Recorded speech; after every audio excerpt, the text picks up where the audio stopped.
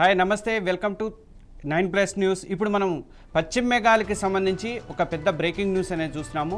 చింత తెచ్చినా పులుపు చావలేదు అన్నట్టుగా మమతా బెనర్జీ ఓడిపోయినా సరే సీఎం కుర్చీ నుంచి దిగేది లేదు అంటూ చేసినటువంటి తాజా వ్యాఖ్యలు ఇప్పుడు సంచలనం అయితే సృష్టిస్తున్నాయి.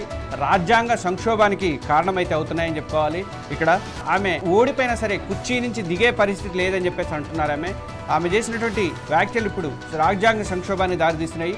బెంగాల్ అసెంబ్లీ ఎన్నికల ఫలితాల్లో ఘన విజయం సాధించినటువంటి బీజేపీ ఈ నెల 9న ప్రభుత్వ ఏర్పాటు దిశగా అడుగులు వేస్తోంది. ఎల్లుండి కొత్త సీఎం ప్రమాణ స్వీకారం ఉంటుందని చెప్పేసి పార్టీ వర్గాలు ఒకవైపు చెబుతున్నాయి. కానీ ఇక్కడ ఒక రకమైనటువంటి ట్విస్ట్ అయితే మొదలైంది. ఎన్నికల్లో ఓడిపోయినటువంటి టీఎంసీ అధినేత్రి మమతా బెనర్జీ ఇప్పటివరకు సీఎం పదవికి రాజీనామా చేయలేదు. అంతేకాదు నేను రాజీనామా చేయను, చేసేది లేదు, కావాలంటే రాష్ట్రపతి పాలన పెట్టుకోండి అని చెప్పేసి ఆమె సంచలన వ్యాఖ్యలు అయితే చేస్తూ ఉన్నారు.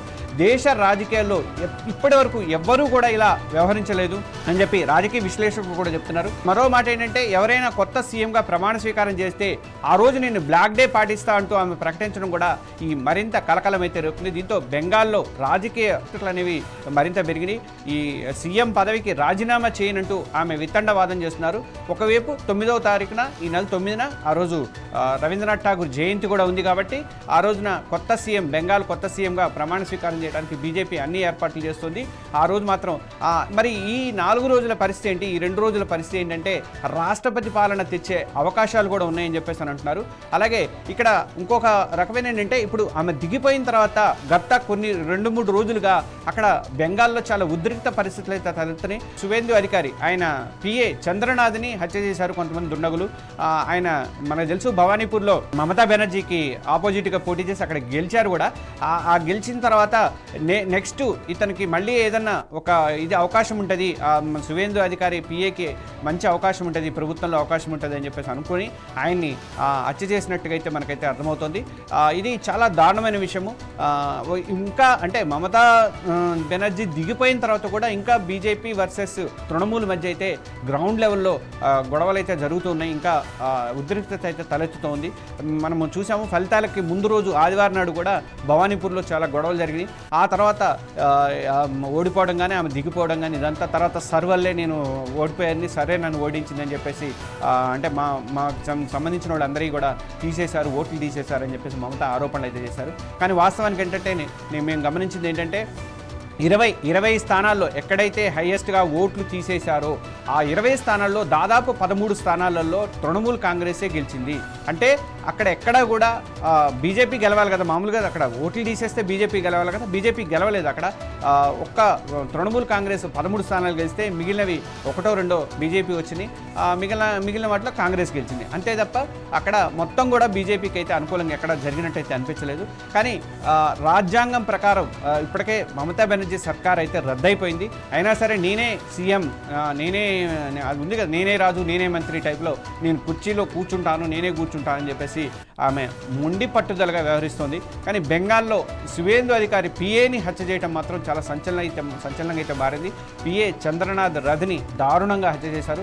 బుధవారం రాత్రి నిన్న రాత్రి ఇంటికి వెళ్తున్న టైంలో కొంతమంది వచ్చి కాల్పులు జరిపినట్టు మనకైతే తెలుస్తుంది. అక్కడికక్కడే కారులోనే కుప్పగూలిపోయారు చంద్రనాథ్ రథ్ హత్యకు ఉపయోగించినటువంటి తుపాకీ కూడా అక్రమంగా వచ్చింది. ఇప్పుడు హత్యకు ఆస్ట్రియా మేడ్ తుపాకీని వాడినట్టుగా దుండగులు వాడినట్టుగా అయితే తెలిసింది. తుపాకీని బంగ్లాదేశ్ నుంచి అక్రమంగా తీసుకొచ్చినట్లయితే గుర్తించారు పోలీసులు అయితే గుర్తించారు. నిందితుల్ని ట్రేస్ చేసేటువంటి పనిలో కోల్కతా పోలీసులు అయితే బిజీగా ఉన్నారు. చంద్రనాథ్ రథ్ ఈయన బీజేపీ నేత సువేందు అధికారికి అత్యంత విశ్వాసపాత్రుడైనటువంటి వ్యక్తి. అక్కడ భవానీపూర్లో మొత్తం కూడా ఈమెను మమతా బెనర్జీని ఓడించడానికి కారణమైనటువంటి వ్యక్తి కూడా ఆయనే అంటారు. ఆయనకి 41 ఏళ్ళు ఉన్నాయి. ఆయన మేదినీపూర్ జిల్లా చందీపూర్ గ్రామం. ఇక రామకృష్ణ మిషన్లో కూడా చదివారు. ఆయన దాదాపు 2 దశాబ్దాల పాటు భారత వాయుసేనలో సేవలు కూడా అందించారు. ఆధ్యాత్మిక జీవితం మీద ఆకర్షితుడై ఆర్మీ నుంచి వాలంటీర్ రిటైర్మెంట్ తీసుకొని వచ్చారు. కొంతకాలం రామకృష్ణ మిషన్లో సేవలు కూడా అందించారు. ఆ తర్వాత ఇక పొలిటికల్ దాంట్లోకి వచ్చారనమాట. అయితే తృణమూల్ కాంగ్రెస్తో కూడా చంద్రనాథ్ కుటుంబానికి అనుబంధం అయితే ఉంది. కానీ సువేందు అధికారి బీజేపీలో చేరాక ఇక చంద్రనాథ్ ఆయన వెంబటే ఉంటూ వచ్చారనమాట. అయితే ఇక్కడ సువేందు అధికారి కోసము బీజేపీ గెలుపు కోసము పశ్చిమ బెంగాల్లో అంత కృషి చేసినటువంటి ఒక వ్యక్తిని మాత్రము అంటే పార్టీ కార్యకర్తలతో సంబంధాలు కానీ లాజిస్టిక్స్ కానీ ఇట్లాంటి సున్నితమైన పనులన్నీ కూడా ఆయన హ్యాండిల్ చేశారు. ఈ టైంలో వీళ్ళందరూ కూడా అంటే బీజేపీ అధికారంలోకి వస్తుంది అని చెప్పి వాళ్ళందరూ కూడా ఉత్సాహపడుతున్న టైంలోనే ఆ టైంలోనే చంద్రనాథ్ హత్య అయితే జరిగిందని చెప్పేసి మనకు తెలుస్తుంది. కానీ బెంగాల్ రాజకీయాలకి ఇప్పటికైనా సరే ఈ హత్య రాజకీయాలకి ఫుల్ స్టాప్ పెట్టాల్సిన అవసరం అయితే ఉంది. ఇదివరకు మనం బీహార్లో చూసాం ఇలాంటి పరిస్థితి. ఇప్పుడు బీహార్లో అంటే బీజేపీ నాట్ ఓన్లీ బీజేపీ ఎవరొచ్చినా కానీ ఆ సంస్కృతిని మాత్రం తీసేశారు.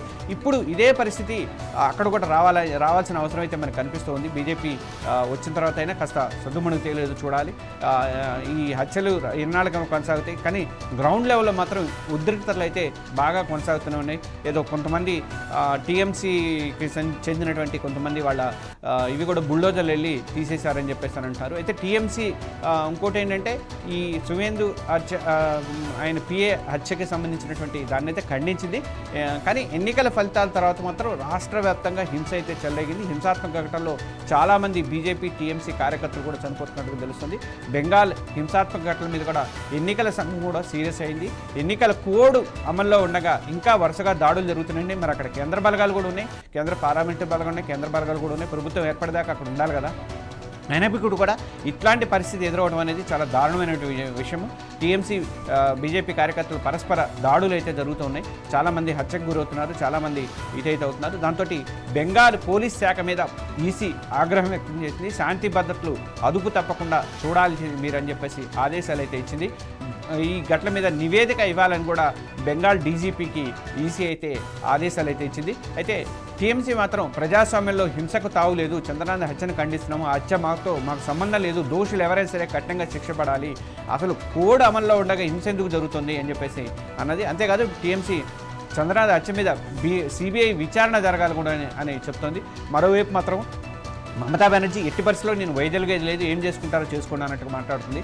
ఆమె ఇంకా పదవి వ్యామోహం తీరలేదా అనిపిస్తుంది.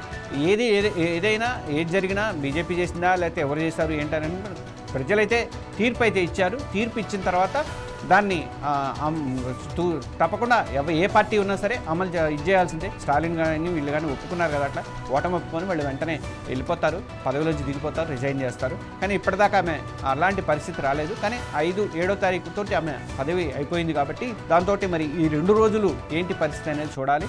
ఇప్పుడు ఈ 2 రోజులలో ప్రభుత్వం ఏర్పడేలోపు మరి రాష్ట్రపతి పాలన ఇవాళ విధించే అవకాశాలు అయితే ఉన్నాయంటున్నారు.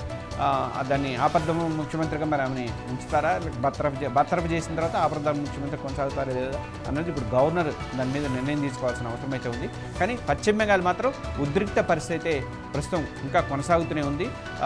కోడ్ అమల్లో ఉండగా ఇంకా ఇలాంటి దురదృష్టకరమైనటువంటి సంఘటనలు జరగడం కూడా, చంద్రనాథ్ లాంటి హత్యలు జరగడం కానీ ఇవన్నీ కూడా చూస్తుంటే రాబోయే రోజుల్లో అంటే బీజేపీ అధికారంలోకి వచ్చిన తర్వాత ఇంకెట్లా పరిస్థితి ఉంటుందని చెప్పేసి అదొక ఆందోళన అయితే వ్యక్తం అవుతుంది. వీటన్నిటిని శాంతి భద్రతల అభివృద్ధితో పాటుగా బీహార్ని ఎట్లా అభివృద్ధి చేశారో అభివృద్ధితో పాటుగా ముఖ్యంగా శాంతి భద్రతలు అటు ఇతర రాష్ట్రాల్లో ఉన్నటువంటి సరిహద్దులకు సంబంధించిన కూడా దాన్ని కూడా కంట్రోల్ చేయాల్సిన అవసరం అయితే ఉంది. బెంగాలీ అక్రమంగా వాళ్ళు రాకుండా, బంగ్లాదేశీలు రాకుండా కంట్రోల్ చేయాల్సిన అవసరం అయితే బీజేపీకి అయితే మనకి చాలా బాధ్యత అయితే ఉందని మనకైతే అనిపిస్తుంది.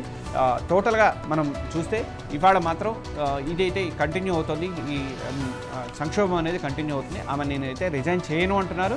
మరి రిజైన్ చేయనప్పుడు బర్తరఫ్ చేసే అధికారం ఆయనకుంది. ఆల్రెడీ ఇప్పటికే టైం కూడా అయిపోయింది కాబట్టి తీసేసే అధికారం కూడా ఉంది కాబట్టి, గవర్నర్కి అధికారం ఉంది కాబట్టి చూడాలి ఏం జరుగుతుంది అనేది. సాయంత్రం వరకు మనం 9+ న్యూస్లో ఇట్లా మనం కంటిన్యూగా అప్డేట్స్ ఇస్తూనే ఉంటాము. మీరు ప్రతి ఒక్కళ్ళు కూడా మనం చూస్తూ ఉండండి, ఫాలో అవుతూ ఉండండి ఛానల్ని. మీకు రెగ్యులర్ అప్డేట్స్ అనేవి మనము అందిస్తూనే ఉంటాము. బెంగాల్ సంక్షోభానికి ఇప్పటికైనా తెరబడుతుందేమో చెప్పేసి మనమైతే చూద్దాము. ఇక నుంచి ఇప్పటికైనా ఆగిపోతే మాత్రం, హింస ఆగిపోతే మాత్రం బాగుంటుందని అందరం కోరుకుందాము. అభివృద్ధి దిశగా ఒక రాష్ట్రం కూడా, ఆ రాష్ట్రం కూడా అభివృద్ధి దిశగా వెళ్ళాలని చెప్పేసి మనం అందరం కూడా కోరుకుందాము. ఇది ఇవాళ ఈ క్షణానికి ఉన్నటువంటి బ్రేకింగ్ న్యూస్.